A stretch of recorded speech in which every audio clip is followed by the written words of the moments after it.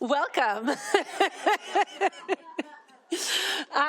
to the Senate Environment, Energy, and Technology Committee meeting. Today's agenda includes executive sessions on 10 bills and 1 gubernatorial appointment. Substitute House Bill 1483. This is the Right to Repair bill. You heard this bill on March 26th.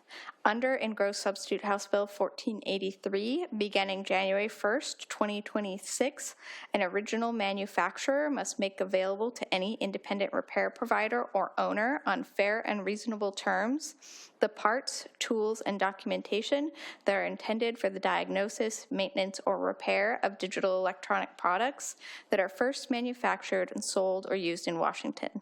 The bill specifies prohibitions on parts pairing and provides for multiple exclusions under the Act. You have 2 page and line amendments to this bill. Amendment number D1, offered by Senator Banky, clarifies the exemption for manufacturers and distributors of medical devices. And Amendment D2, offered by Senator Shewmake, exempts aviation devices from the requirements under the bill. We have engrossed Substitute House Bill 1483 before us. There's an amendment labeled D1, offered by Senator Banky. Madam Chair, I move adoption of the amendment. Is there any discussion? Senator Banky?